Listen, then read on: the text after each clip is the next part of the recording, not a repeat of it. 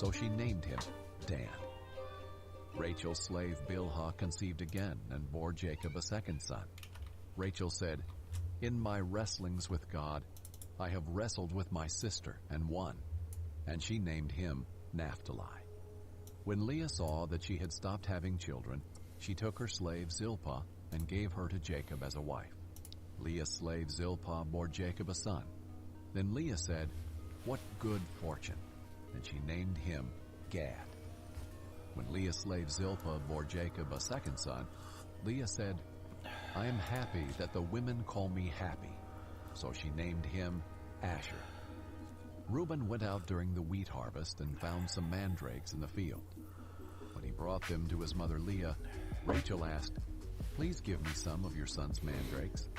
But Leah replied to her, "Isn't it enough that you have taken my husband? Now you also want to take my son's mandrakes." "Well then," Rachel said, "he can sleep with you tonight in exchange for your son's mandrakes." When Jacob came in from the field that evening, Leah went out to meet him and said, "You must come with me, for I have hired you with my son's mandrakes." So Jacob slept with her that night. God listened to Leah, and she conceived and bore Jacob a fifth son. Leah said, "God has rewarded me for giving my slave to my husband," and she named him Issachar. Then Leah conceived again and bore Jacob a sixth son. "God has given me a good gift," Leah said.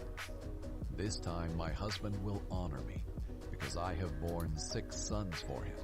And she named him Zebulun. Later Leah bore a daughter and named her Dinah. Then God remembered Rachel. He listened to her and opened her womb. She conceived and bore a son, and she said, "God has taken away my disgrace." She named him Joseph and said, "May the Lord add another son to me." After Rachel gave birth to Joseph, Jacob said to Laban, "Send me on my way so that I can return to my homeland. Give me my wives and my children that I have worked for, and let me go.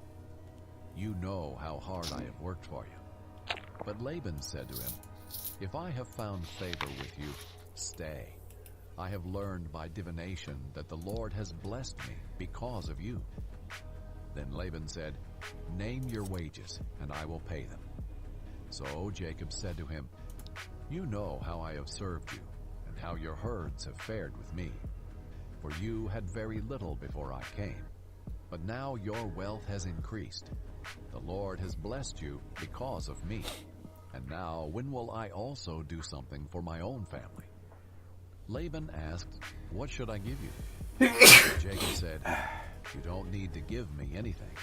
If you do this one thing for me, I will continue to shepherd and keep the flock. Let me go through all your sheep today and remove every sheep that is speckled or spotted, every dark-colored sheep among the lambs, and the spotted and speckled among the female goats. Such will be my wages. In the future, when you come to check on my wages, my honesty will testify for me. If I have any female goats that are not speckled or spotted, or any lambs that are not black, they will be considered stolen." "Good," said Laban. "Let it be as you have said." That day Laban removed the streaked and spotted male goats and all the speckled and spotted female goats, every one that had any white on it, and every dark-colored one among the lambs, and he placed his sons in charge of them. He put a 3-day journey between himself and Jacob. Jacob, meanwhile, was shepherding the rest of Laban's flock. Jacob then took branches of fresh poplar, almond, and plane wood, and peeled the bark, exposing white stripes on the branches. He set the peeled branches in the troughs in front of the sheep, in the water channels where the sheep came to drink. And the sheep bred when they came to drink. The flocks bred in front of the branches, and bore streaked, speckled, and spotted young. Jacob separated the lambs, and made the flocks face the streaked sheep and the completely dark sheep in Laban's flocks. Then he set his own stock apart, and didn't put them with Laban's sheep. Whenever the stronger of the flock were breeding, Jacob placed the branches in the troughs, in full view of the flocks, they would breed in front of the branches. As for the weaklings of the flock, he did not put out the branches. So it turned out that the weak sheep belonged to Laban, and the stronger ones to Jacob. And the man became very rich. He had many flocks, female and male slaves, and camels and donkeys. Chapter 31. Now Jacob heard what Laban's sons were saying.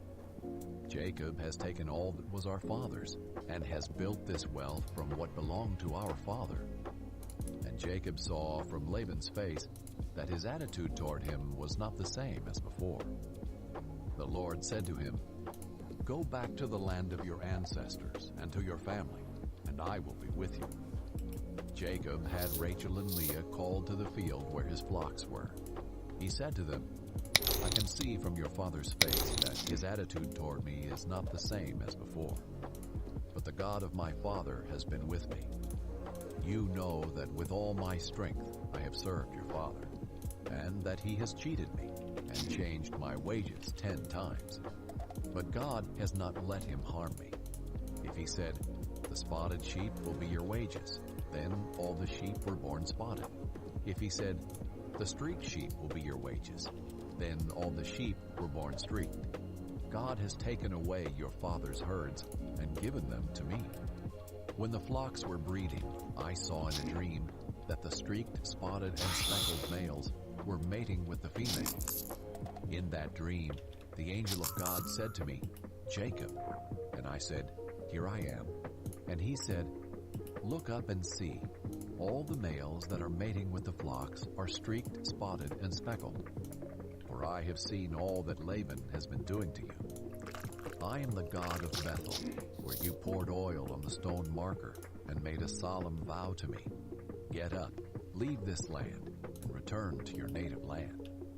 Then Rachel and Leah answered him, 'Do we have any portion or inheritance in our father's family? Are we not regarded by him as outsiders? For he has sold us and has certainly spent our purchase price. In fact, all the wealth that God has taken away from our father belongs to us and to our children. So do whatever God has said to you.' So Jacob got up and put his children and wives on the camels. He took all the livestock and possessions he had acquired in Padan Aram, and he drove his herds to go to the land of Canaan, to his father Isaac. When Laban had gone to shear his sheep, Rachel stole her father's household idols. And Jacob deceived Laban the Aramean, not telling him that he was fleeing. He fled with all his possessions, crossed the Euphrates, and headed for the hill country of Gilead. On the third day, Laban was told that Jacob had fled. So he took his relatives with him, pursued Jacob for 7 days, and overtook him in the hill country of Gilead. But God came to Laban the Aramean in a dream at night. 'Watch yourself,' God warned him. 'Don't say anything to Jacob, either good or bad.' When Laban overtook Jacob, Jacob had pitched his tent in the hill country, and Laban and his relatives also pitched their tents in the hill country of Gilead. Laban said to Jacob, 'What have you done? You have deceived me and taken my daughters away like prisoners of war. Why did you secretly flee from me, deceive me, and not tell me? I would have sent you away with joy and singing, with tambourines and lyres. But you didn't even let me kiss my grandchildren and my daughters. You have acted foolishly. I could do you great harm, but last night the God of your father said to me, "Watch yourself. Don't say anything to Jacob, either good or bad." Now you have gone off because you long for your father's family. But why have you stolen my gods?" Jacob answered, "I was afraid, for I thought you would take your daughters from me by force. If you find your gods with anyone here, he will not live. Before our relatives, point out anything that is yours and take it." Jacob did not know that Rachel had stolen the idols. So Laban went into Jacob's tent, Leah's tent, and the tents of the 2 concubines, but he found nothing. When he left Leah's tent, he went into Rachel's tent. Now Rachel had taken Laban's household idols, put them in the saddlebag of the camel, and sat on them.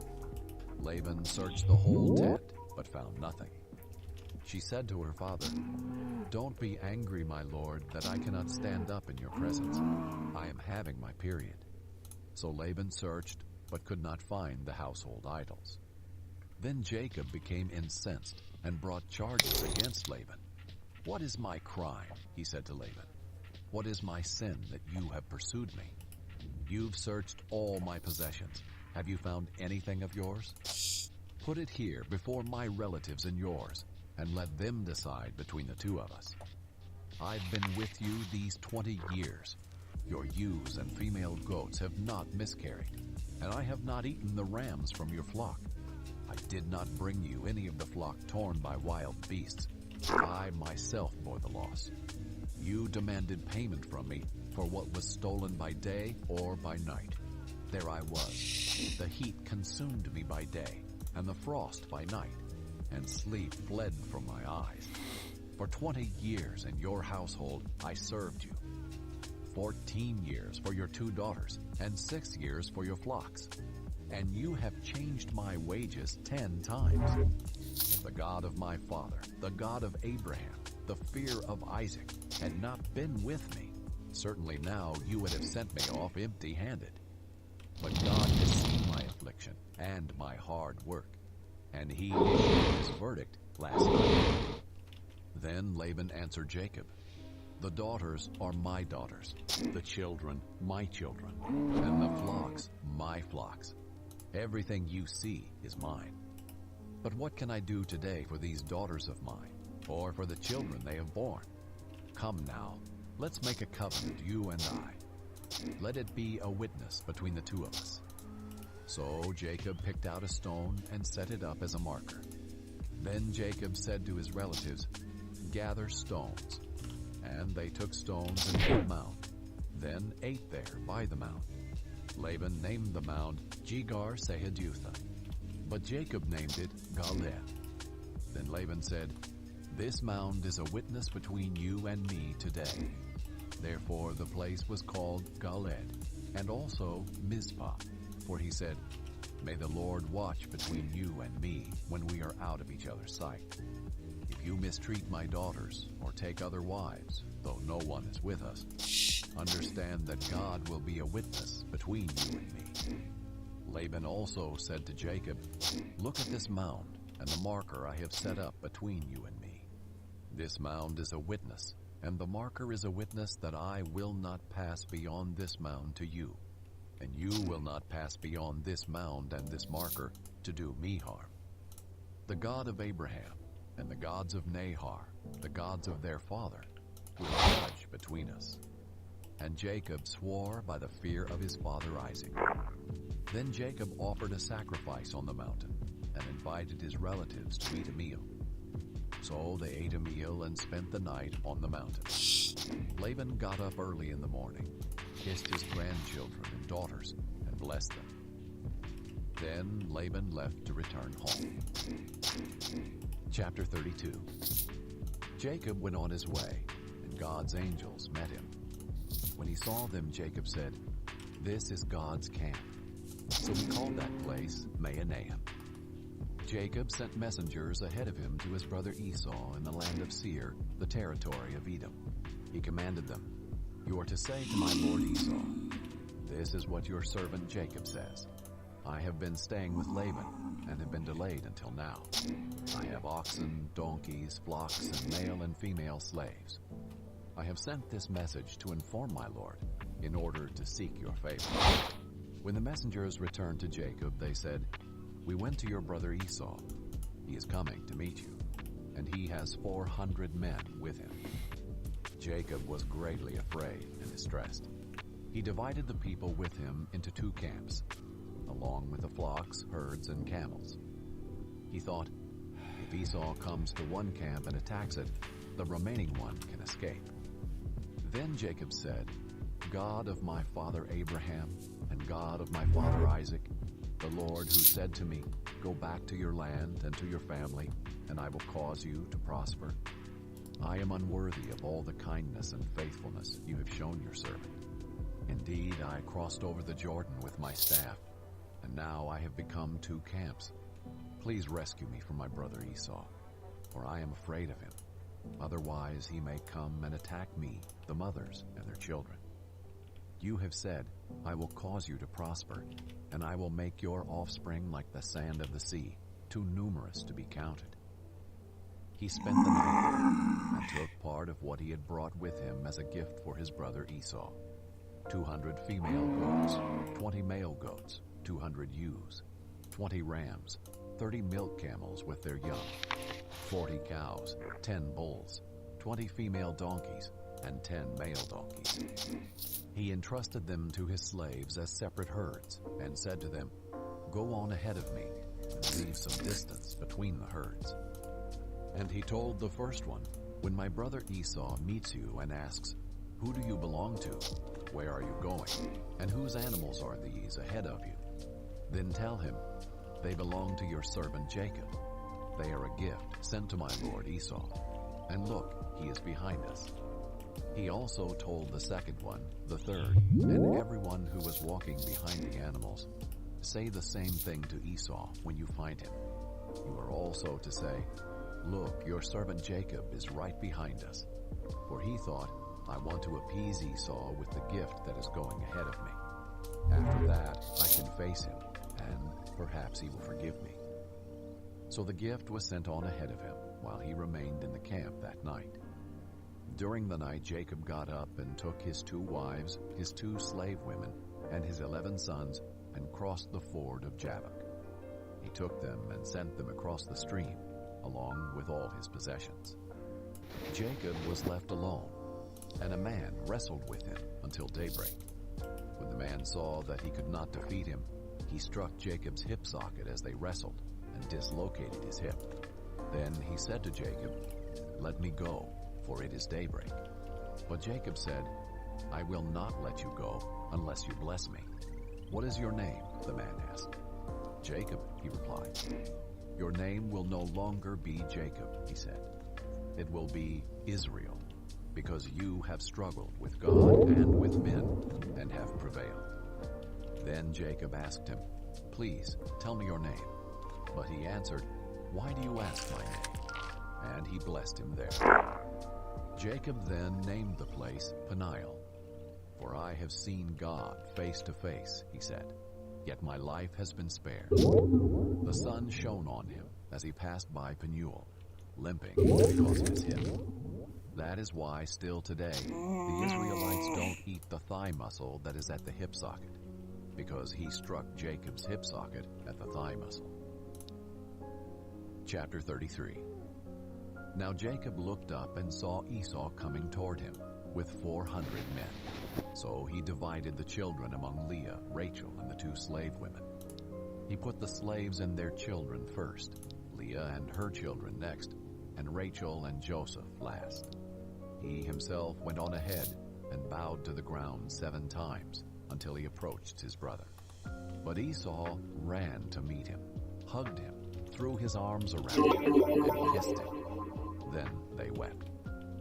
When Esau looked up and saw the women and children, he asked, Who are these with you? He answered, The children God has graciously given your servant. Then the slaves and their children approached him and bowed down. Leah and her children also approached and bowed down. And then Joseph and Rachel approached and bowed down. So Esau said, What do you mean by this whole procession I met? To find favor with you, my lord, he answered. I have enough, my brother, Esau replied. Keep what you have. But Jacob said, No, please. If I have found favor with you, take this gift from me. For indeed I have seen your face, and it is like seeing God's face, since you have accepted me. Please take my present that was brought to you, because God has been gracious to me, and I have everything I need. So Jacob urged him until he accepted. Then Esau said, Let's move on, and I'll go ahead of you. Jacob replied, My Lord knows that the children are weak, and I have nursing flocks and herds. If they are driven hard for one day, the whole herd will die. Let my Lord go ahead of his servant. I will continue on slowly, at a pace suited to the livestock and the children, until I come to my lord at Seir." Esau said, "Let me leave some of my people with you." But he replied, "Why do that? Please indulge me, my lord." That day Esau started on his way back to Seir, but Jacob went to Succoth. He built a house for himself and shelters for his livestock. That is why the place was called Succoth. After Jacob came from Padan Aram, he arrived safely at Shechem in the land of Canaan and camped in front of the city. He purchased a section of the field where he had pitched his tent from the sons of Hamor, Shechem's father, for 100 pieces of silver. And he set up an altar there and called it God, the God of Israel. Chapter 34. Leah's daughter Dinah, whom Leah bore to Jacob, went out to see some of the young women of the area. When Shechem, son of Hamor the Hivite, who was the region's chieftain, saw her, he took her and raped her. He became infatuated with Jacob's daughter Dinah. He loved the young girl and spoke tenderly to her. "Get me this girl as a wife," he told his father. Jacob heard that Shechem had defiled his daughter Dinah, but since his sons were with his livestock in the field, he remained silent until they returned. Meanwhile, Shechem's father Hamor came to speak with Jacob. Jacob's sons returned from the field when they heard about the incident. They were deeply grieved and very angry, for Shechem had committed an outrage against Israel by raping Jacob's daughter, and such a thing should not be done. Hamor said to Jacob's sons, "My son Shechem has his heart set on your daughter.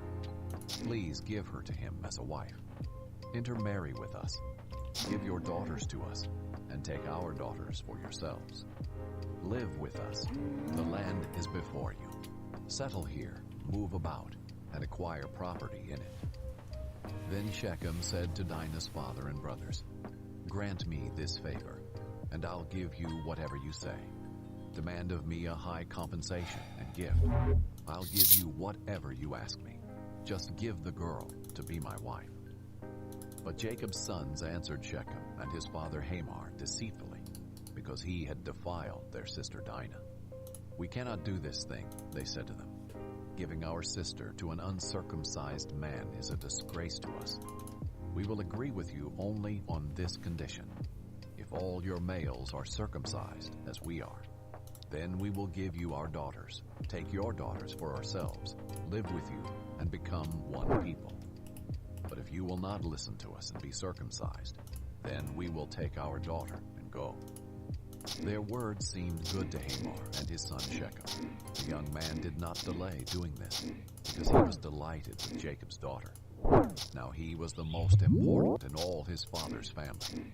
So Hamor and his son Shechem went to the gate of their city and spoke to the men of their city. "These men are peaceful toward us," they said. "Let them live in our land and move about in it, for indeed the region is large enough for them.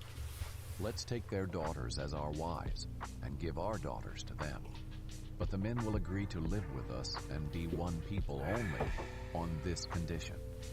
If all our men are circumcised as they are, won't their livestock, their possessions, and all their animals become ours? Only let's agree with them, and they will live with us." All the men who had come to the city gates listened to Hamor and his son Shechem, and all those men were circumcised. On the third day, when they were still in pain, 2 of Jacob's sons, Simeon and Levi, Dinah's brothers, took their swords, went into the unsuspecting city, and killed every male. They killed Hamor and his son Shechem with their swords, took Dinah from Shechem's house, and went away. Jacob's sons came to the slaughter and plundered the city because their sister had been defiled.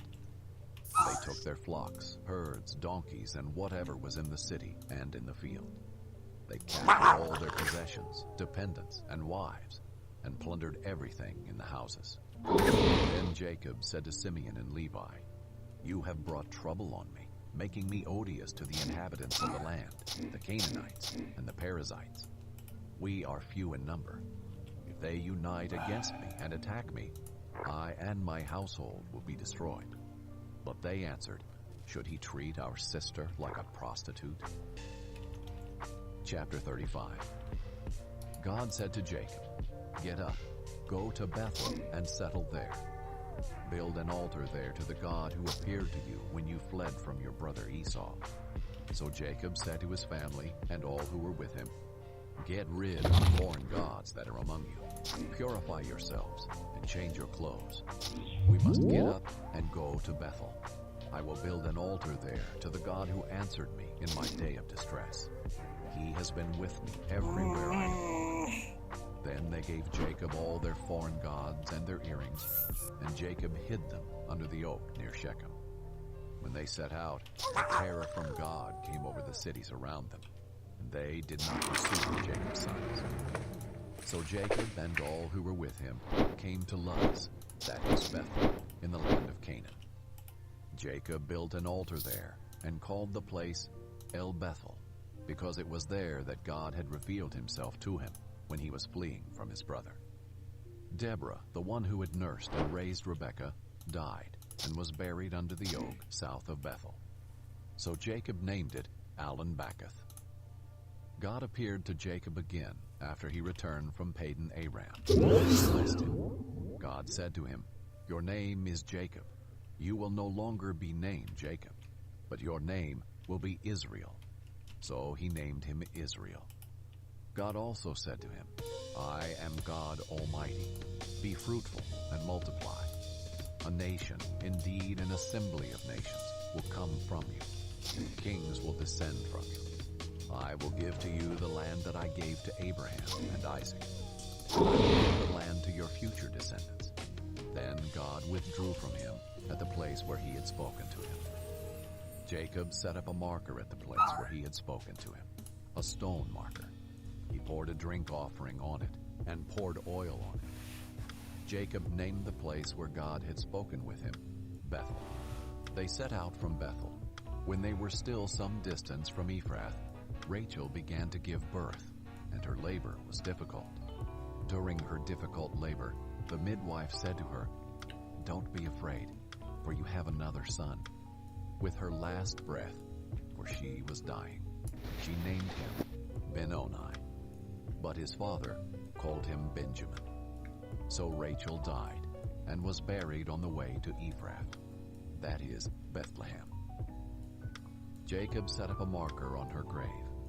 It is the marker at Rachel's grave still today. Israel set out again and pitched his tent beyond the Tower of Eder. While Israel was living in that region, Reuben went in and slept with his father's concubine Bilhah, and Israel heard about it. Jacob had 12 sons. Leah's sons were Reuben, Jacob's firstborn, Simeon, Levi, Judah, Issachar, and Zebulun. Rachel's sons were Joseph and Benjamin. The sons of Rachel's slave Bilhah were Dan and Naphtali. The sons of Leah's slave Zilpah were Gad and Asher. These are the sons of Jacob who were born to him in Padan Aram. Jacob came to his father Isaac at Mamre, in Kiriath Arba, that is Hebron, where Abraham and Isaac had stayed. Isaac lived 180 years. He took his last breath and died, and was gathered to his people, old and full of days. His sons Esau and Jacob buried him. Chapter 36. These are the family records of Esau, that is Edom. Esau took his wives from the Canaanite women: Adah, daughter of Elon, the Hethite; Oholibamah, daughter of Anah, and granddaughter of Zibeon, the Hivite; and Basemath, daughter of Ishmael, and sister of Nebaioth. Adah bore Eliphaz to Esau. Basemath bore Ruel, and Oholibamah bore Jeush, Jalem, and Korah. These were Esau's sons, who were born to him in the land of Canaan.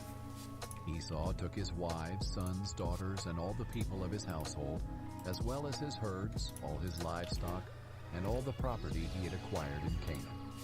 He went to a land away from his brother Jacob, where their possessions were too many for them to live together, and because of their herds, the land where they stayed could not support them. So Esau, that is Edom, lived in the mountains of Seir. These are the family records of Esau, father of the Edomites in the mountains of Seir. These are the names of Esau's sons: Eliphaz, son of Esau's wife Ada, and Reuel, son of Esau's wife, Basemath. The sons of Eliphaz were Teman, Omar, Zepho, Gatam, and Kenaz. Timnah, the concubine of Esau's son Eliphaz, bore Amalek to Eliphaz. These are the sons of Esau's wife, Ada. These are Reuel's sons, Nahath, Zerah, Shammah, and Mizah. These are the sons of Esau's wife, Basemath. These are the sons of Esau's wife, Oholibamah, daughter of Anah, and granddaughter of Zibeon. She bore Jeush, Jalam, and Korah to Edom. These are the chiefs among Esau's sons, the sons of Eliphaz, Esau's firstborn. Chief Teman, Chief Omar, Chief Zepho, Chief Kenaz, Chief Korah, Chief Gatam, and Chief Amalek. These are the chiefs descended from Eliphaz in the land of Edom. These are the sons of Ada. These are the sons of Reuel, Esau's son. Chief Nahath, Chief Zerah, Chief Shammah, and Chief Mizah. These are the chiefs descended from Reuel in the land of Edom. These are the sons of Esau's wife, Basemath. These are the sons of Esau's wife, Oholibamah. Chief Jeush, Chief Jalam, and Chief Korah. These are the chiefs descended from Esau's wife, Oholibamah, daughter of Anah. These are the sons of Esau, that is Edom, and these are their chiefs. These are the sons of Seir the Horite, the inhabitants of the land: Lotan, Shobal, Zibeon, Anah, Dishon, Ezer, and Dishan. These are the chiefs among the Horites, the sons of Seir in the land of Edom. The sons of Lotan were Hori and Heman. Timnah was Lotan's sister. These are Shobal's sons: Alvan, Manahath, Ebal, Shepho, and Onam. These are Zibeon's sons, Aya and Anah. This was the Anah who found the hot springs in the wilderness while he was pasturing the donkeys of his father Zibeon. These are the children of Anah: Dishon and Oholibamah, daughter of Anah. These are Dishon's sons: Hemdan, Eshban, Ithran, and Kiran. These are Ezer's sons: Bilhan, Zaavan, and Akan. These are Dishan's sons: Uz and Aran. These are the chiefs among the Horites: Chief Lotan, Chief Shobal, Chief Zibeon, Chief Anah, Chief Dishon, Chief Ezer, and Chief Dishan. These are the chiefs among the Horites, clan by clan, in the land of Seir. These are the kings who reigned in the land of Edom before any king reigned over the Israelites. Bela, son of Beor, reigned in Edom. The name of his city was Dinhabah. When Bela died, Jobab, son of Zerah, from Basra, reigned in his place. When Jobab died, Husham from the land of the Temanites reigned in his place. When Husham died, Hadad, son of Bedad, reigned in his place. He defeated Midian in the field of Moab. The name of his city was Ava. When Hadad died, Samlah from Masrekah reigned in his place. When Samlah died, Shaul from Rehoboth on the Euphrates River reigned in his place. When Shaul died, Baal-Hanan, son of Akbar, reigned in his place. When Baal-Hanan, son of Akbar, died, Hadar reigned in his place. His city was Pau, and his wife's name was Mehetabel, daughter of Matred, daughter of Mezahath. These are the names of Esau's chiefs, according to their families and their localities, by their names: Chief Timnah, Chief Alba, Chief Jetheth, Chief Oholibamah, Chief Elah, Chief Pinon, Chief Kenaz, Chief Teman, Chief Mibzar, Chief Magdiel, and Chief Iram. These are Edom's chiefs, according to their settlements in the land they possessed. Esau was father of the Edomites. Chapter 37. Jacob lived in the land where his father had stayed, the land of Canaan. These are the family records of Jacob. At 17 years of age, Joseph tended sheep with his brothers.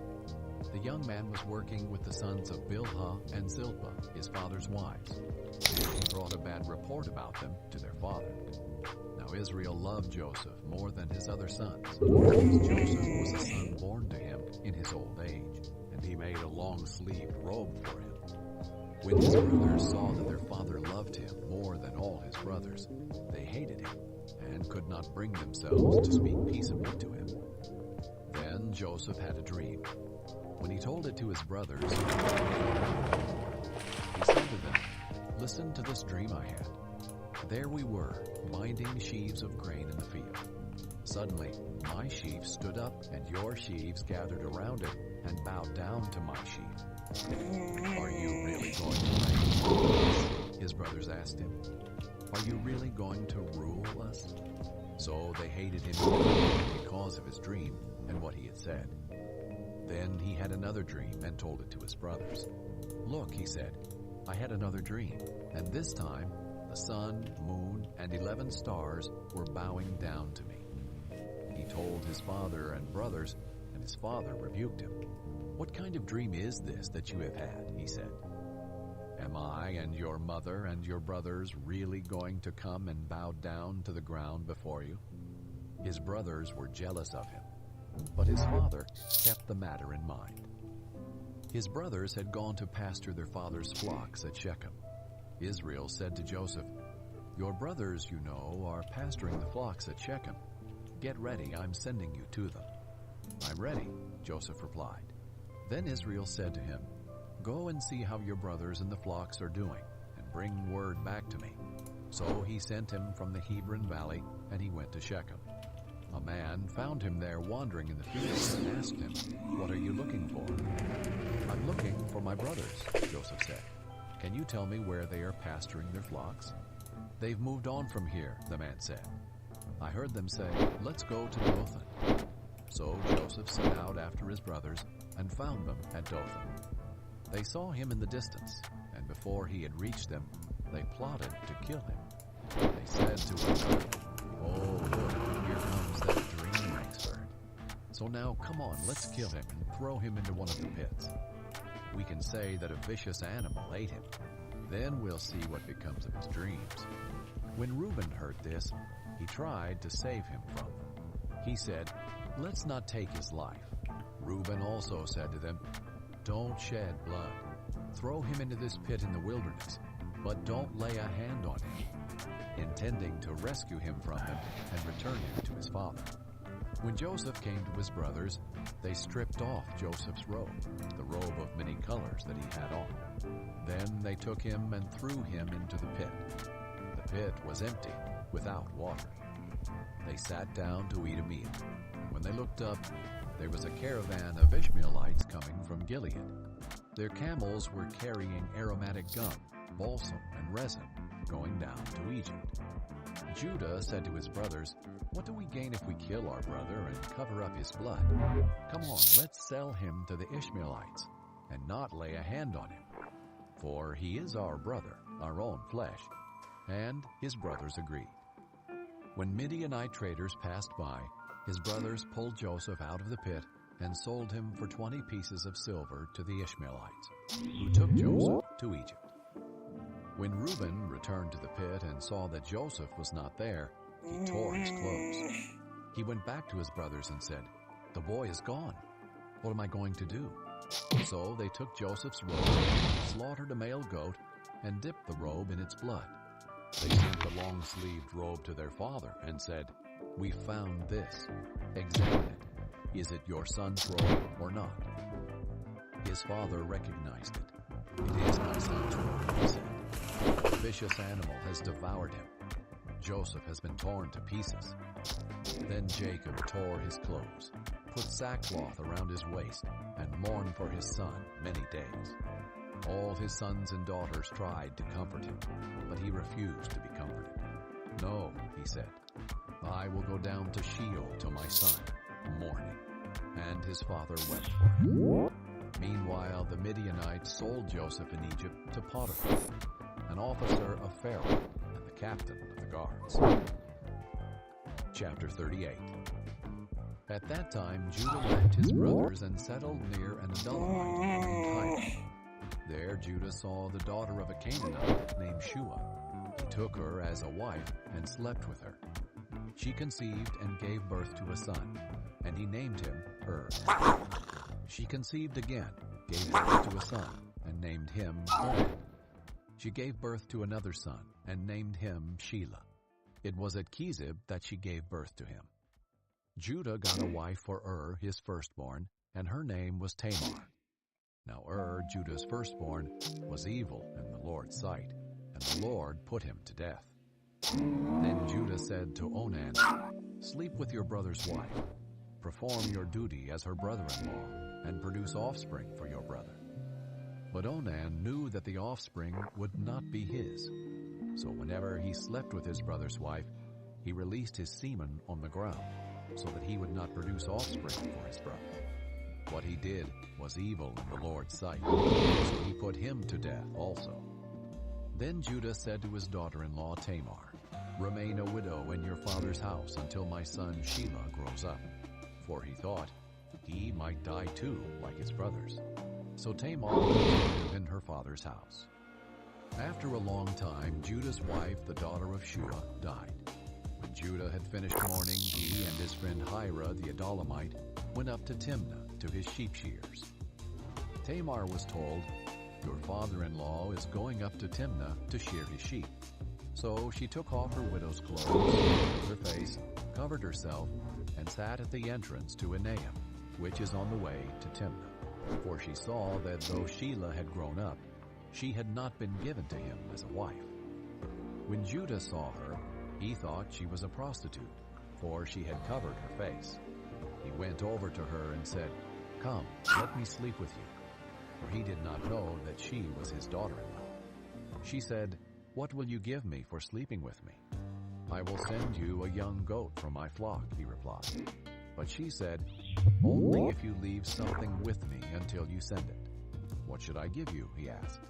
She answered, "Your signet ring, your cord, and the staff in your hand." So he gave them to her and slept with her, and she became pregnant by him. She got up and left, then removed her veil and put her widow's clothes back on. When Judah sent the young goat by his friend the Adullamite in order to get back the items he had left with the woman, he could not find her. He asked the men of the place, "Where is the cult prostitute who was beside the road at Enaim?" "There has been no cult prostitute here," they answered. So the Adullamite returned to Judah, saying, "I couldn't find her, and besides, the men of the place said, 'There has been no cult prostitute here.'" Judah replied, "Let her keep the items for herself. Otherwise, we will become a laughingstock. After all, I did send this young goat, but you couldn't find her." About 3 months later, Judah was told, "Your daughter-in-law Tamar has been acting like a prostitute, and now she is pregnant. Bring her out," Judah said, "and let her be burned to death." As she was being brought out, she sent her father-in-law this message, "I am pregnant by the man to whom these items belong." And she added, "Examine whose signet ring, cord, and staff are these?" Judah recognized them and said, "She is more in the right than I, since I did not give her to my son Shelah." And he did not know her intimately again. When the time came for her to give birth, there were twins in her womb. As she was giving birth, one of them put out his hand, and the midwife took it, and tied a scarlet thread around it, announcing, "This one came out first." But then he pulled his hand back. Out came his brother, and she said, "What a gift you have made for yourself." So he was named Perez. Then his brother, who had the scarlet thread tied to his hand, came out, and was named Zerah. Chapter 39. Now Joseph had children in Egypt. An Egyptian named Potiphar, an officer of Pharaoh and the captain of the guards, bought him from the Ishmaelites who had brought him there. The Lord was with Joseph, and he became a successful man, serving in the household of his Egyptian master. When his master saw that the Lord was with him, and that the Lord made everything he did successful, Joseph found favor with his master and became his personal attendant. Potiphar also put him in charge of his household and placed all that he owned under his authority. From the time that he put him in charge of his household and of all that he owned, the Lord blessed the Egyptian's house because of Joseph. The Lord's blessing was on all that he owned, in his house and in his fields. He left all that he owned under Joseph's authority. He did not concern himself with anything except the food he ate. Now Joseph was well built and handsome. After some time, his master's wife looked longingly at Joseph and said, "Sleep with me." But he refused. "Look," he said to his master's wife, "with me here, my master does not concern himself with anything in his house, and he has put all that he owns under my authority. No one in this house is greater than I am. He has withheld nothing from me except you, because you are his wife. So how could I do this immense evil?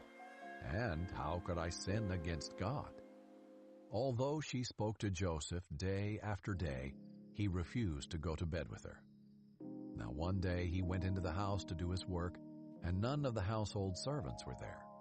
She grabbed him by his garment and said, "Sleep with me." But leaving his garment in her hand, he escaped and ran outside. When she saw that he had left his garment with her and had run outside, she called her household servants. "Look," she said to them, "my husband brought a Hebrew man to make fools of us. He came to me so he could sleep with me, and I screamed as loud as I could. When he heard me screaming for help, he left his garment beside me and ran outside."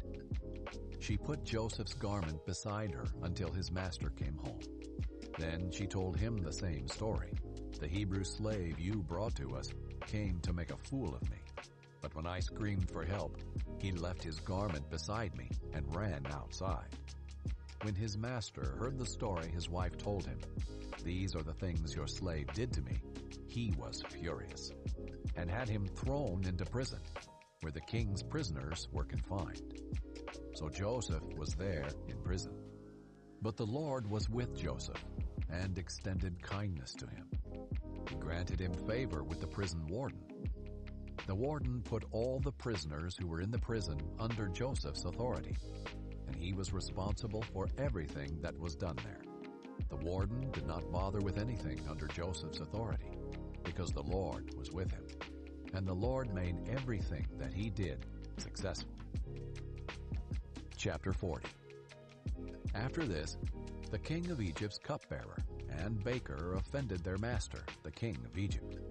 Pharaoh was angry with his two officers, the chief cupbearer and the chief baker, and put them in custody in the house of the captain of the guards, in the prison where Joseph was confined. The captain of the guards assigned Joseph to them as their personal attendant, and they were in custody for some time.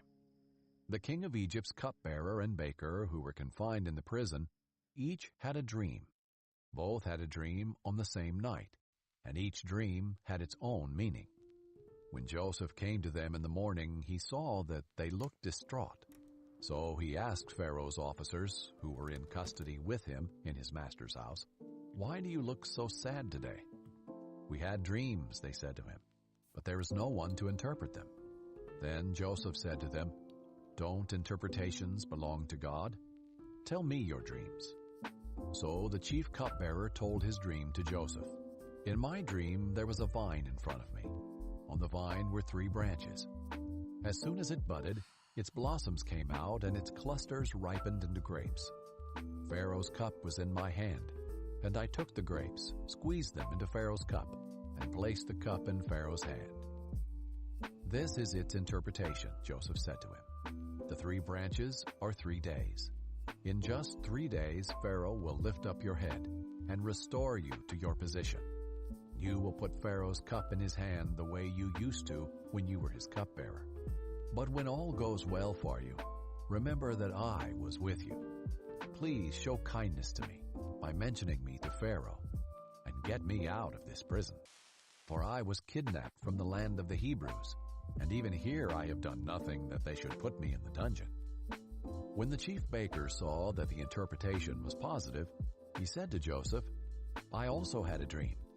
3 baskets of white bread were on my head.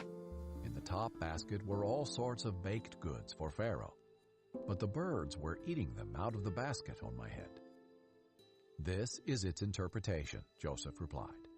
"The 3 baskets are 3 days. In just 3 days, Pharaoh will lift up your head, from off you and hang you on a tree. Then the birds will eat the flesh from your body. On the third day, which was Pharaoh's birthday, he gave a feast for all his servants. He elevated the chief cupbearer and the chief baker among his servants.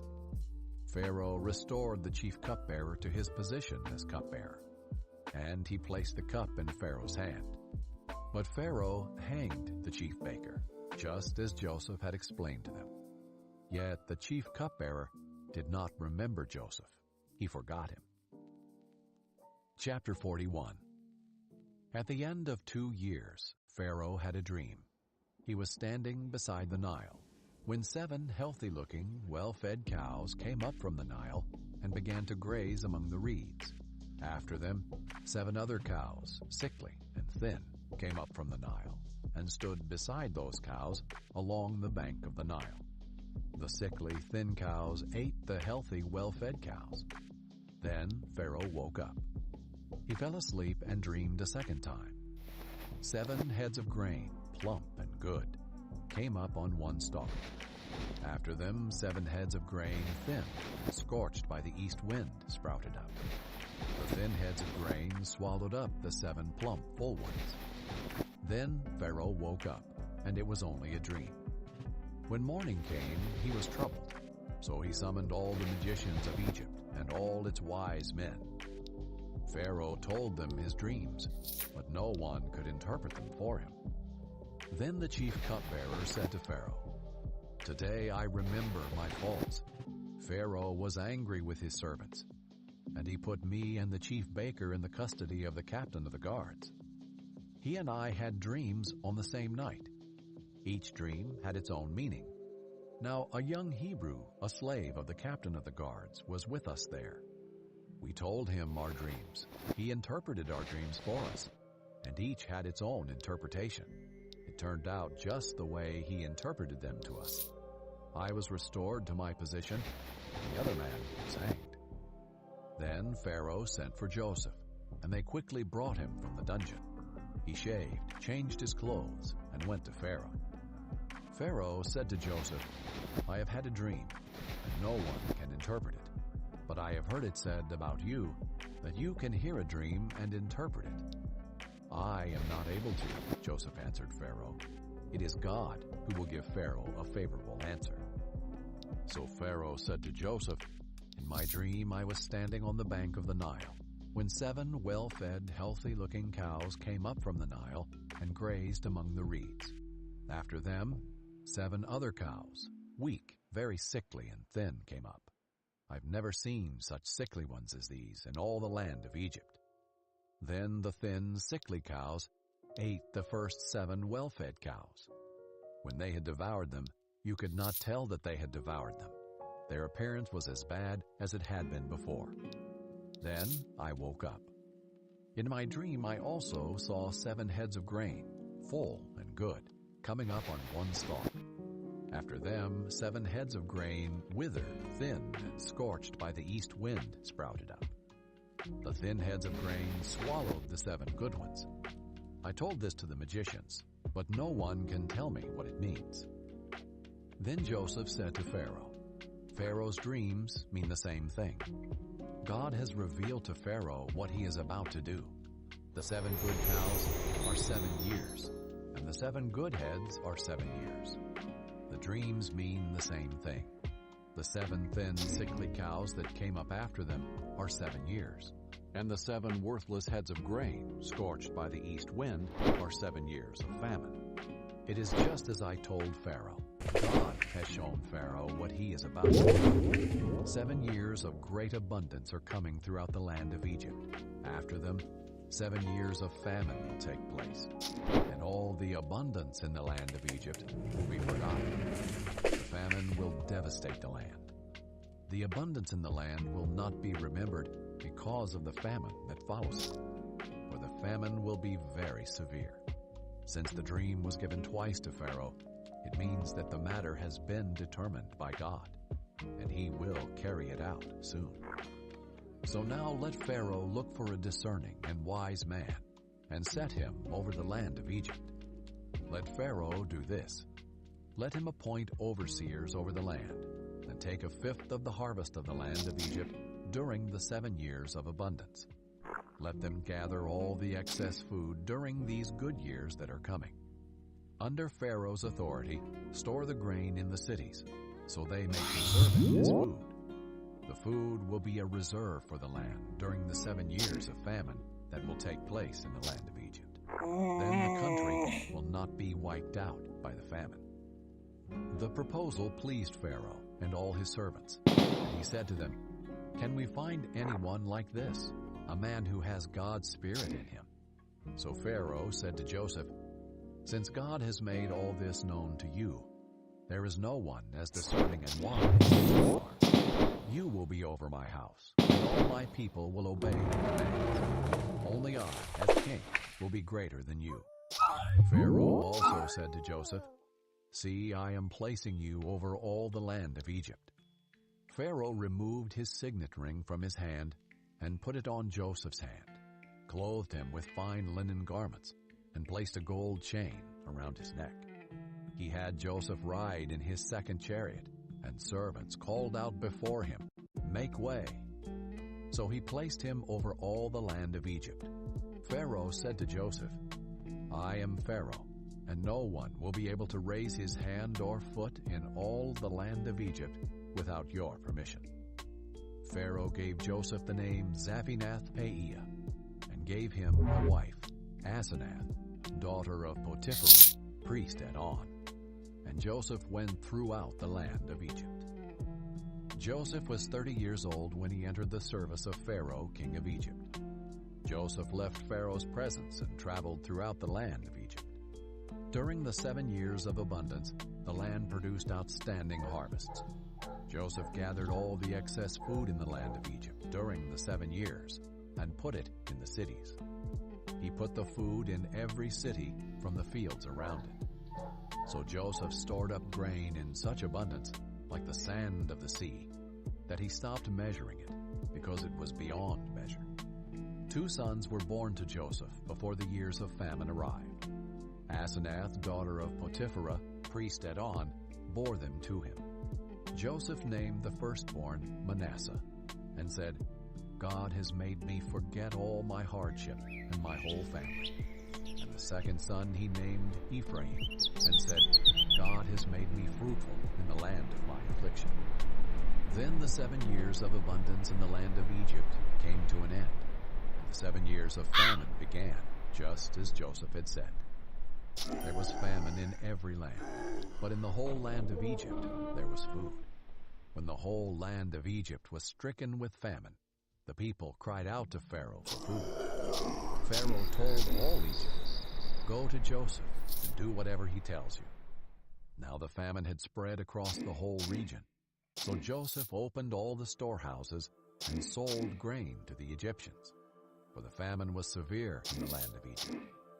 Every land came to Joseph in Egypt to buy grain, for the famine was severe in every land. Chapter 42. When Jacob learned that there was grain in Egypt, he said to his sons, "Why do you keep looking at each other? Listen," he went on, "I have heard there is grain in Egypt. Go down there and buy some for us, so that we will live and not die." So 10 of Joseph's brothers went down to buy grain from Egypt. But Jacob did not send Joseph's brother Benjamin with his brothers, for he thought something might happen to him. The sons of Israel were among those who came to buy grain, for the famine was in the land of Canaan. Joseph was in charge of the country. He sold grain to all its people. His brothers came and bowed down before him with their faces to the ground. When Joseph saw his brothers, he recognized them, but he treated them like strangers and spoke harshly to them. "Where do you come from?" he asked. "From the land of Canaan to buy food," they replied. Although Joseph recognized his brothers, they did not recognize him. Joseph remembered his dreams about them and said to them, "You are spies. You have come to see the weakness of the land." "No, my lord. Your servants have come to buy food," they said. "We are all sons of one man. We are honest. Your servants are not spies." "No," he said to them. "You have come to see the weakness of the land. But they replied, "We, your servants, were 12 brothers, the sons of one man in the land of Canaan. The youngest is now with our father, and one is no longer living." Then Joseph said to them, "I have spoken. You are spies. This is how you will be tested. As surely as Pharaoh lives, you will not leave this place unless your youngest brother comes here. Send one from among you to get your brother. The rest of you will be imprisoned so that your words can be tested to see if they are true. If they are not, then as surely as Pharaoh lives, you are spies." So Joseph imprisoned them together for 3 days. On the 3rd day, Joseph said to them, "I fear God. Do this, and you will live. If you are honest, let one of you be confined to the guardhouse, while the rest of you go and take grain to relieve the hunger of your households. Bring your youngest brother to me, so that your words can be confirmed. Then you won't die." And they consented to this. Then they said to each other, "Obviously, we are being punished for what we did to our brother. We saw his deep distress when he pleaded with us, but we would not listen. That is why this trouble has come to us." But Reuben replied, "Didn't I tell you not to harm the boy? But you wouldn't listen. Now we must account for his blood." They did not realize that Joseph understood them, since there was an interpreter between them. He turned away from them and wept. When he turned back and spoke to them, he took Simeon from them and had him bound before their eyes. Joseph then gave orders to fill their containers with grain, return each man silver to his sack, and give them provisions for their journey. This order was carried out. They loaded the grain on their donkeys and left there. At the place where they lodged for the night, one of them opened his sack to get feed for his donkey, and he saw his silver there at the top of his bag. He said to his brothers, "My silver has been returned. It's here in my bag." Their hearts sank. Trembling, they turned to one another and said, "What has God done to us?" When they reached their father Jacob in the land of Canaan, they told him all that had happened to them. The man who was the lord of the country spoke harshly to us and accused us of spying on the country. But we told him, "We are honest and not spies. We were 12 brothers, sons of the same father. One is no longer living, and the youngest is now with our father in the land of Canaan." The man who was the lord of the country said to us, "This is how I will know if you are honest. Leave one brother with me. Take food to relieve the hunger of your households, and go. Bring back your youngest brother to me, and I will know that you are not spies, but honest men. I will then give your brother back to you, and you can trade in the country." As they began emptying their sacks, there in each man's sack was his bag of silver. When they and their father saw their bags of silver, they were afraid. Their father Jacob said to them, "It's me that you make childless. Joseph is gone, and Simeon is gone. Now you want to take Benjamin. Everything happens to me." Then Reuben said to his father, "You can kill my 2 sons if I don't bring him back to you. Put him in my care, and I will return him to you." But Jacob answered, "My son will not go down with you, for his brother is dead, and he alone is left. If anything happens to him on your journey, you will bring my gray hairs down to Sheol in sorrow." Chapter 43. Now the famine in the land was severe. When they had used up the grain they had brought back from Egypt, their father said to them, "Go back and buy us a little food."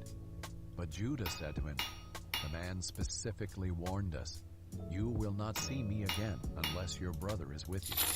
If you will send our brother with us, we will go down and buy food for him. But if you will not send him, we will not go.' For the man said to us, 'You will not see me again unless your brother is with you.' 'Why have you caused me so much trouble?' Israel asked. 'Why did you tell the man that you had another brother?' They answered, 'The man kept asking about us and our family. Is your father still alive? Do you have another brother?' And we answered him accordingly. How could we know that he would say, 'Bring your brother here'?" Then Judah said to his father Israel, "Send the boy with me. We will be on our way so that we may live and not die. Neither we, nor you, nor our dependents. I will be responsible for him. You can hold me personally accountable. If I do not bring him back to you and set him before you, I will be guilty before you forever." If we had not delayed, we could have come back twice by now. Then their father Israel said to them, "If it must be so, then do this. Put some of the best products of the land in your packs, and take them down to the man as a gift. A little balsam, a little honey, aromatic gum and resin, pistachios and almonds. Take twice as much silver with you. Return the silver that was returned to you in the top of your bags. Perhaps it was a mistake. Take your brother also, and go back at once to the man.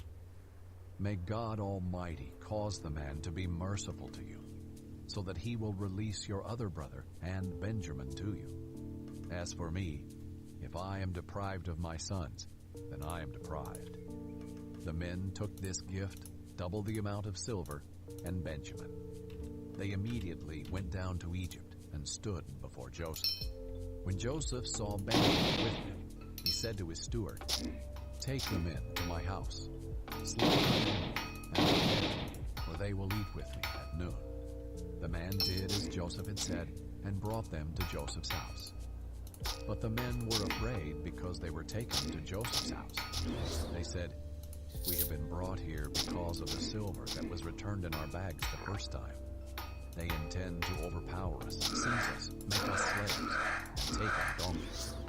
So they approached Joseph's steward and spoke to him at the doorway of the house. They said, "My lord, we really did come down here the first time, only to find you. When we came to the place where we lodged for the night and opened our bags of grain, each one's silver was at the top of his bag.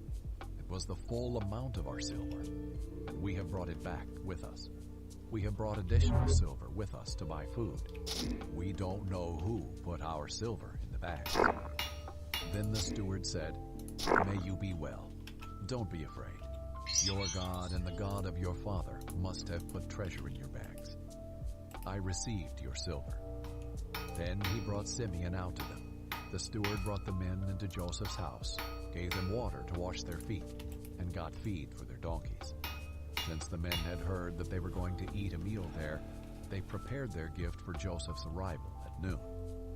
When Joseph came home, they brought him the gift they had carried into the house, and they bowed to the ground before him. He asked if they were well, and he said, "How is your elderly father that you told me about? Is he still alive?" They answered, "Your servant, our father, is well. He is still alive." And they knelt low and paid homage to him. When he looked up and saw his brother Benjamin, his mother's son, he asked, "Is this your youngest brother that you told me about?" Then he said, "May God be gracious to you, my son." Joseph hurried out because he was overcome with emotion for his brother, and he was about to weep. He went into an inner room and wept there. Then he washed his face and came out. Regaining his composure, he said, "Serve the meal." They served him by himself, his brothers by themselves, and the Egyptians who were eating with him by themselves, because Egyptians could not eat with Hebrews, since that is detestable to them. They were seated before him in order by age, from the firstborn to the youngest. The men looked at each other in astonishment. Portions were served to them from Joseph's table, and Benjamin's portion was 5 times larger than any of theirs. They drank and became drunk with Joseph. Chapter 44. Joseph commanded his steward, "Fill the men's bags with as much food as they can carry, and put each one's silver at the top of his bag. Put my cup, the silver one, at the top of the youngest one's bag, along with the silver for his grain." So he did as Joseph told him. At morning light, the men were sent off with their donkeys. They had not gone very far from the city when Joseph said to his steward, "Get up, pursue the men, and when you overtake them, say to them, 'Why have you repaid evil for good? Isn't this the cup that my master drinks from and uses for divination? What you have done is wrong." When he overtook them, he said these words to them. They said to him, "Why does my lord say these things? Your servants could not possibly do such a thing. We even brought back to you from the land of Canaan the silver we found at the top of our bags. How could we steal silver or gold from your master's house? If it is found with one of us, your servants, he must die, and the rest of us will become my lord's slaves." The steward replied, "What you have said is right, but only the one who is found to have it will be my slave, and the rest of you will be blameless." So each one quickly lowered his sack to the ground and opened it. The steward searched, beginning with the oldest and ending with the youngest, and the cup was found in Benjamin's sack. Then they tore their clothes, and each one loaded his donkey and returned to the city. When Judah and his brothers reached Joseph's house, he was still there. They fell to the ground before him. "What have you done?" Joseph said to them. "Didn't you know that a man like me could uncover the truth by divination?" "What can we say to my lord?" Judah replied. "How can we plead? How can we justify ourselves? God has exposed your servant's iniquity. We are now my lord's slaves, both we and the one in whose possession the cup was found." Then Joseph said, "I swear that I will not do this. The man in whose possession the cup was found will be my slave. The rest of you can go in peace to your father." But Judah approached him and said, "My lord, please let your servant speak personally to my lord. Do not be angry with your servant, for you are like Pharaoh. My lord asked his servants, 'Do you have a father or a brother?' And we answered, 'My lord, we have an elderly father and a younger brother, the child of his old age. The boy's brother is dead. He is the only one of his mother's sons left, and his father loves him. Then you said to your servants, 'Bring him to me so that I can see him.' But we said to my lord, 'The boy cannot leave his father. If he were to leave, his father would die.' Then you said to your servants, 'If your younger brother does not come down with you, you will not see me again.' This is what happened when we went back to your servant, my father. We reported to him the words of my lord. But our father said, 'Go again and buy us a little food.' We told him, 'We cannot go down unless our younger brother goes with us. If our younger brother isn't with us, we cannot see the man.' Your servant, my father, said to us, 'You know that my wife bore me 2 sons. One is gone from me.' I said he must have been torn to pieces, and I have never seen him again. If you also take this one from me, and anything happens to him, you will bring my gray hairs down to Sheol in sorrow. So if I come to your servant, my father, and the boy is not with us, his life is wrapped up with the boy's life. When he sees that the boy is not with us, he will die. Then your servants will have brought the gray hairs of your servant, our father, down to Sheol in sorrow. Your servant became accountable to my father for the boy, saying, 'If I do not return him to you, I will always bear the guilt for sinning against you, my father. Now please, let your servant remain here as my lord's slave, in place of the boy. Let him go back with his brothers. For how can I go back to my father without the boy? I could not bear to see the grief that would overwhelm my father." Chapter 45. Joseph could no longer keep his composure in front of all his attendants. So he called out, "Send everyone away from me." No one was with him when he revealed his identity to his brothers. But he wept so loudly that the Egyptians heard it, and also Pharaoh's household heard it. Joseph said to his brothers, "I am Joseph. Is my father still living?" But they could not answer him, because they were terrified in his presence. Then Joseph said to his brothers, "Please, come near me." And they came near.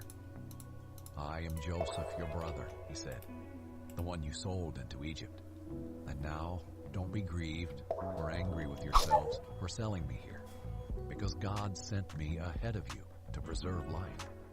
For the famine has been in the land these 2 years, and there will be 5 more years without plowing or harvesting.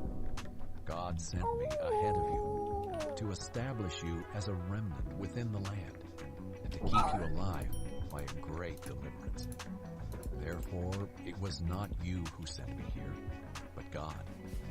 He has made me a father to Pharaoh, lord of his entire household, and ruler over all the land of Egypt. Return quickly to my father and say to him, this is what your son Joseph says. God has made me lord of all Egypt. Come down to me without delay. You can settle in the land of Goshen and be near me. You, your children, and your grandchildren, your flocks, your herds, and all you have. There I will sustain you, for there will be 5 more years of famine. Otherwise, you, your household, and everything you have will become destitute. Look, your eyes and the eyes of my brother Benjamin can see that I'm the one speaking to you. Tell my father about all my glory in Egypt, and about all you have seen, and bring my father here quickly. Then Joseph threw his arms around his brother Benjamin and wept, and Benjamin wept on his shoulder. Joseph kissed each of his brothers as he wept, and afterward his brothers talked with him. When the news reached Pharaoh's palace, Joseph's brothers have come. Pharaoh and his servants were pleased. Pharaoh said to Joseph, tell your brothers, do this, load your animals and go on back to the land of Canaan. Get your father and your families and come back to me. I will give you the best of the land of Egypt, and you can eat from the richness of the land. You are also commanded to tell them, do this, take wagons from the land of Egypt for your dependents and your wives, and bring your father here. Do not be concerned about your belongings, for the best of all the land of Egypt is yours. The sons of Israel did this. Joseph gave them wagons as Pharaoh had commanded, and he gave them provisions for the journey. He gave each of the brothers changes of clothes, but he gave Benjamin 300 pieces of silver and 5 changes of clothes. He sent his father the following: 10 donkeys carrying the best products of Egypt, and 10 female donkeys carrying grain, food, and provisions for his father on the journey. So Joseph sent his brothers on their way, and as they were leaving, he said to them, don't argue on the way. So they went up from Egypt and came to their father Jacob in the land of Canaan. They said, Joseph is still alive, and he is ruler over all the land of Egypt.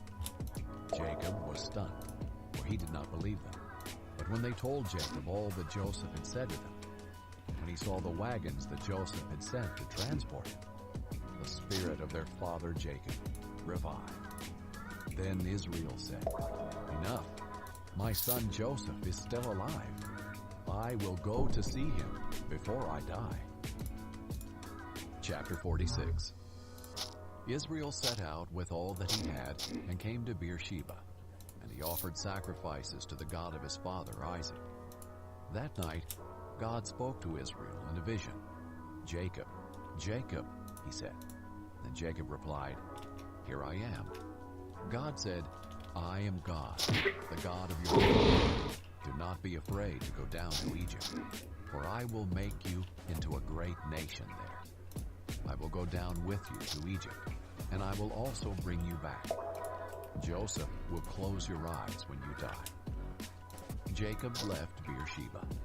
The sons of Israel took their father Jacob in the wagons Pharaoh had sent to carry him, along with their dependents and their wives. They also took their cattle and possessions they had acquired in the land of Canaan. Then Jacob and all his offspring with him came to Egypt, his sons and grandsons, his daughters and granddaughters, indeed all his offspring he brought with him to Egypt. These are the names of the sons of Israel who came to Egypt: Jacob and his sons. Jacob's firstborn, Reuben. Reuben's sons, Palu, Hezron, and Carmi. Simeon's sons, Jemuel, Jamin, Ohad, Jacob, Zohar, and Shaul, the son of a Canaanite woman. Levi's sons, Gershon, Kohath, and Merari. Judah's sons, Onan, Shelah, Perez, and Zerah. And Onan died in the land of Canaan. The sons of Perez were Hezron and Hamel. Issachar's sons, Tola, Puvah, Jashub, and Shimron. Zebulun's sons, Sered, Elon, and Jaliel. These were Leah's sons born to Jacob in Padan Aram, as well as his daughter Dinah. The total number of persons, 33. Gad's sons, Ziphion, Haggai, Shunai, Esbon, Eri, Aradai, and Areli. Asher's sons, Imnah, Ishva, Ishvi, Bariah, and their sister, Serah. Bariah's sons were Heber and Malchiel. These were the sons of Zilpah, whom Laban gave to his daughter Leah, that she bore to Jacob, 16 persons. The sons of Jacob's wife Rachel, Joseph and Benjamin. Manasseh and Ephraim were born to Joseph in the land of Egypt. They were born to him by Asenath, daughter of Potipharah, a priest at On. Benjamin's sons, Bela, Becher, Ashbel, Gera, Naaman, Ehi, Rosh, Muppim, Huppim, and Ard. These were Rachel's sons who were born to Jacob, 14 persons. Dan's son, Hushim. Naphtali's sons, Jaziel, Guni, Jezer, and Shillem. These were the sons of Bilhah, whom Laban gave to his daughter Rachel. She bore to Jacob 7 persons. The total number of persons belonging to Jacob, his direct descendants not including the wives of Jacob's sons who came to Egypt, 66. And Joseph's sons who were born to him in Egypt, 2 persons. All those of Jacob's household who came to Egypt, 70 persons. Now Jacob had sent Judah ahead of him to Joseph to prepare for his arrival at Goshen. When they came to the land of Goshen, Joseph hitched the horses to his chariot and went up to Goshen to meet his father Israel. Joseph presented himself to him, threw his arms around him, and wept for a long time. Then Israel said to Joseph, "I'm ready to die now, because I have seen your face, and you are still alive." Joseph said to his brothers and to his father's family, "I will go up and inform Pharaoh, telling him, 'My brothers and my father's family who were in the land of Canaan have come to me. The men are shepherds. They also raise livestock. They have brought their flocks and herds and all that they have.' When Pharaoh addresses you and asks, 'What is your occupation?' you are to say, 'Your servants, both we and our ancestors, have raised livestock from our youth until now.' Then you will be allowed to settle in the land of Goshen. All shepherds are detestable to Egyptians." Chapter 47. So Joseph went and informed Pharaoh, "My father and my brothers, with their flocks and herds, and all that they own, have come from the land of Canaan, and are now in the land of Goshen." He took 5 of his brothers and presented them to Pharaoh. And Pharaoh asked his brothers, "What is your occupation?" They said to Pharaoh, "Your servants, both we and our ancestors, are shepherds." And they said to Pharaoh, "We have come to stay in the land for a while, because there is no grazing land for your servants' sheep, since the famine in the land of Canaan has been severe. So now, please, let your servants settle in the land of Goshen." Then Pharaoh said to Joseph, "Now that your father and brothers have come to you, the land of Egypt is open before you. Settle your father and brothers in the best part of the land. They can live in the land of Goshen. If you know of any capable men among them, put them in charge of my livestock." Joseph then brought his father Jacob and presented him to Pharaoh, and Jacob blessed Pharaoh. Pharaoh said to Jacob, "How many years have you lived?" Jacob said to Pharaoh, "My pilgrimage has lasted 130 years. My years have been few and hard, and they have not reached the years of my ancestors during their pilgrimages." So Jacob blessed Pharaoh and departed from Pharaoh's presence.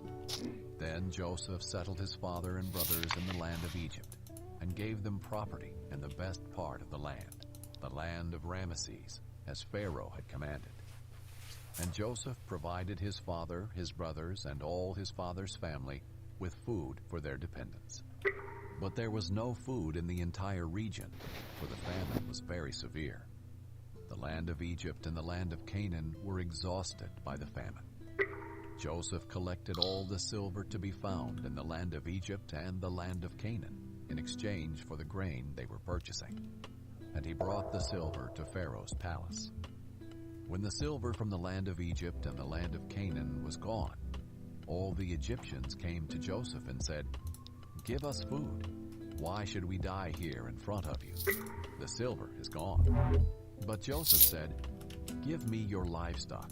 Since the silver is gone, I will give you food in exchange for your livestock." So they brought their livestock to Joseph, and he gave them food in exchange for the horses, the flocks of sheep, the herds of cattle, and the donkeys. That year he provided them with food in exchange for all their livestock. When that year was over, they came the next year and said to him, "We cannot hide from our Lord that the silver is gone and that all our livestock belongs to our Lord. There is nothing left for our Lord except our bodies and our land. Why should we die here in front of you, both us and our land? Buy us and our land in exchange for food. Then we, with our land, will become Pharaoh's slaves. Give us seed so that we can live and not die, and so that the land won't become desolate." In this way, Joseph acquired all the land in Egypt for Pharaoh, because every Egyptian sold his field since the famine was so severe for them. The land became Pharaoh's, and Joseph made the people servants from one end of Egypt to the other. The only land he did not acquire belonged to the priests, for they had an allowance from Pharaoh. They ate from their allowance that Pharaoh gave them. Therefore, they did not sell their land. Joseph said to the people, "Understand today that I have acquired you and your land for Pharaoh. Here is seed for you. Sow it in the land. At harvest, you are to give a fifth of it to Pharaoh, and 4/5 will be yours as seed for the field and as food for yourselves, your households, and your dependents." "You have saved our lives," they said. "We have found favor with our Lord and will be Pharaoh's slaves." So Joseph made it a law, still in effect today in the land of Egypt, that 1/5 of the produce belongs to Pharaoh. Only the priest's land does not belong to Pharaoh. Israel settled in the land of Egypt in the region of Goshen. They acquired property in it and became fruitful and very numerous. Now Jacob lived in the land of Egypt 17 years, and his lifespan was 147 years.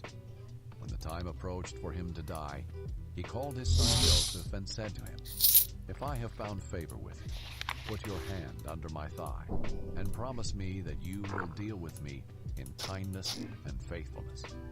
Do not bury me in Egypt. When I rest with my ancestors, carry me away from Egypt, and bury me in their burial place." Joseph answered, "I will do what you have asked." And Jacob said, "Swear to me." So Joseph swore to him. Then Israel bowed in thanks at the head of his bed. Chapter 48. Sometime after this, Joseph was told, "Your father is weaker." So he set out with his 2 sons, Manasseh and Ephraim. When Jacob was told, "Your son Joseph has come to you," Israel summoned his strength and sat up in bed. Jacob said to Joseph, "God Almighty appeared to me at Luz in the land of Canaan and blessed me. He said to me, 'I will make you fruitful and numerous. I will make many nations come from you, and I will give this land as a permanent possession to your future descendants. Your 2 sons born to you in the land of Egypt before I came to you in Egypt are now mine. Ephraim and Manasseh belong to me, just as Reuben and Simeon did. Children born to you after them will be yours, and will be recorded under the names of their brothers with regard to their inheritance. When I was returning from Padan, to my sorrow Rachel died along the way. some distance from Ephrath in the land of Canaan. I buried her there along the way to Ephrath, that is, Bethlehem. When Israel saw Joseph's sons, he said, "Who are these?" And Joseph said to his father, "They are my sons. God has given me here." So Israel said, "Bring them to me, and I will bless them." Now his eyesight was poor because of old age. He could hardly see. Joseph brought them to him, and he kissed and embraced them. Israel said to Joseph, "I never expected to see your face again. But now God has even let me see your offspring." And Joseph took them from his father's knees and bowed with his face to the ground. Then Joseph took them both, with his right hand Ephraim towards Israel's left, and with his left hand Manasseh toward Israel's right, and brought them to Israel. But Israel stretched out his right hand and put it on the head of Ephraim the younger, and crossing his hands, put his left on Manasseh's head, although Manasseh was the firstborn. He blessed Joseph and said, "The God before whom my fathers Abraham and Isaac walked, the God who has been my shepherd all my life, the angel who has redeemed me from all harm, may he bless these boys. May they be called by my name and the names of my fathers, Abraham and Isaac, and may they grow to be numerous." When Joseph saw that his father had placed his right hand on Ephraim's head, he thought it was a mistake, and took his father's hand to move it from Ephraim's head to Manasseh's. Joseph said to his father, "Not that way, my father. This one is the firstborn. Put your right hand on his head." But his father refused and said, "I know, my son, I know. He too will become a tribe, and he too will be great. Nevertheless, his younger brother will be greater than he, and his offspring will become a populous nation." So he blessed them that day, putting Ephraim before Manasseh, when he said, "The nation Israel will invoke blessing by you, saying, 'May God make you like Ephraim and Manasseh.'" Israel said to Joseph, "Look, I am about to die, but God will be with you, and will bring you back to the land of your fathers. Over and above what I am giving your brothers, I am giving you the one mountain slope that I took from the Amorites with my sword and bow." Chapter 49. Then Jacob called his sons and said, "Gather round, and I will tell you what will happen to you in the days to come. Come together and listen, sons of Jacob. Listen to your father Israel. Reuben, you are my firstborn, my strength, and the first fruits of my virility, excelling in prominence, excelling in power. Turbulent as water, you will not excel, because you got into your father's bed, and you defiled it. He got into my bed.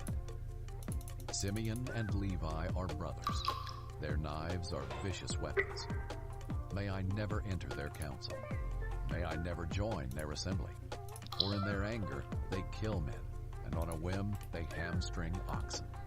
Their anger is cursed, for it is strong, and their fury, for it is cruel. I will disperse them throughout Jacob, and scatter them throughout Israel. Judah, your brothers will praise you. Your hand will be on the necks of your enemies. Your father's sons will bow down to you. Judah is a young lion. My son, you return from the kill. He crouches. He lies down like a lion or a lioness. Who dares to rouse him? The scepter will not depart from Judah, or the staff from between his feet, until he whose right it is comes, and the obedience of the peoples belongs to him. He ties his donkey to a vine, and the colt of his donkey to the choice vine. He washes his clothes in wine, and his robes in the blood of grapes. His eyes are darker than wine, and his teeth are whiter than milk. Zebulun will live by the seashore, and will be a harbor for ships, and his territory will be next to Sidon. Issachar is a strong donkey, lying down between the saddlebags. He saw that his resting place was good,